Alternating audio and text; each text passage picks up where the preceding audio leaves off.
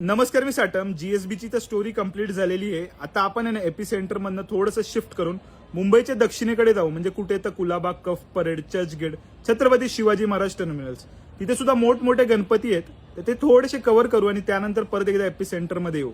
बघा, एकंदरीत हा जो दक्षिणेतला एकदम टोकाचा एरिया आहे ना, तो खूप जास्त मोठमोठी कार्यालय असलेला एरिया आहे. तरी सुद्धा तिथे मोठ्या प्रमाणावर गणेशोत्सव साजरा केला जातो. तो पाहू आणि त्यानंतर परत एकदा एपी सेंटर मधले गणेशोत्सव कव्हर करू. तर बघा, फोर्टचे गणपती कव्हर करायचे असतील तर उत्तम व्यक्ती माझ्याकडे आहे, तो म्हणजे माझा मित्र मंग्या. पण त्याला फोन करतोय तर त्याचा बिझी फोन येतोय. अरे भाई, लालबाग परळ मधला आमचा फोन जर बिझी आला गणेशोत्सवामध्ये तर चालू शकतं, फोर्ट मधल्या माणसाचा फोन कसा काय बिझी येतो, म्हणून चेक करायला आणि त्याला गाठायला थेट मंडपामध्ये गेलो. ते मुंबईच्या एका टोकाला कसा गणेशोत्सव साजरा होतो ना, ते आता पाहायचंय. मंग्याचा फायनली फोन लागलेला आहे आणि आता मी त्याच्या मंडळाला भेट द्यायला चाललो. कायम ना मी ह्या रस्त्यावरून जात असताना हे तैल्य चित्र पाहून ना माझं मन खूप जास्त मोहक होतं. हा विभाग आहे ना तसा मोठमोठे कार्यालयाचा विभाग, तरी सुद्धा खूप जास्त मोठमोठे गणपती बसवले जातात. तुम्ही ही जर सिरीज फॉलो करत असाल तर तुम्हाला माहिती असेल डीएन रोडचा राजा सुद्धा इथेच बसतो.